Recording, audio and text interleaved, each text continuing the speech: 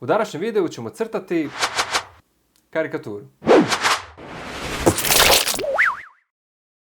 S obzirom da smo u prošlom videu govorili o proporcijama u likovnoj umjetnosti, danas ćemo se baviti karikaturom koja je poznata po pretjerivanju i iskrivljavanju proporcija. Karikatura ima svoju relativno dugu povijest o kojoj ćemo govoriti u zasebnom videu, no možemo spomenuti kako ju nalazimo još u doba renesanse i to u djelima Leonarda da Vincija. Iako su se karikature najčešće koristile za ismijavanje političara i slavnih ličnosti, danas nam je svima poznato kako one služe kao pokloni za posebne prigode, poput rođendana, godišnjica i slično, a vrlo lako ju možete kupiti i kao suvenir prilikom godišnjeg odmora na nekoj od turističkih destinacija. Primjerice, Karlov most u Pragu je jedno od poznatih takvih mjesta gdje gomila crtača može u kratkom vremenu nacrtati vašu karikaturu. Tako ćemo i mi ovdje nacrtati jednu. Biti će to karikatura Davora Gobca iz grupe Psihomodo Pop. Davor je između ostaloga i slikar, pa se nadam da neće zamjeriti što sam odabrao njega. Proces će biti sljedeći. Krećemo od praznog papira. Prvo ćemo napraviti grubu skicu koju ćemo malo po malo pročistiti i onda kada budemo zadovoljni sa rezultatom možemo izvući jasne linije i dobiti čisti crtež. Nakon toga nam ostaje samo ga obojati. Proces crtanja ću naravno ubrzati jer čisto sumnjam da itko od vas želi sjediti sat i pol vremena i gledati mene kako crtam. Ok, toliko od mene za početak, idemo crtati.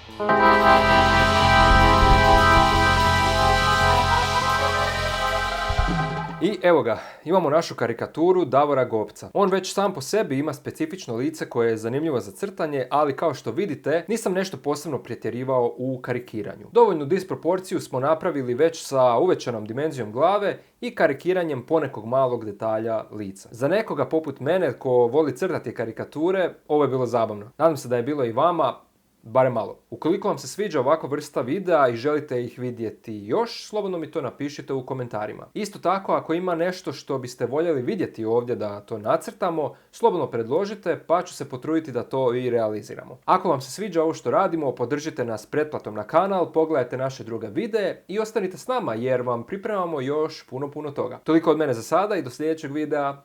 Vidimo se!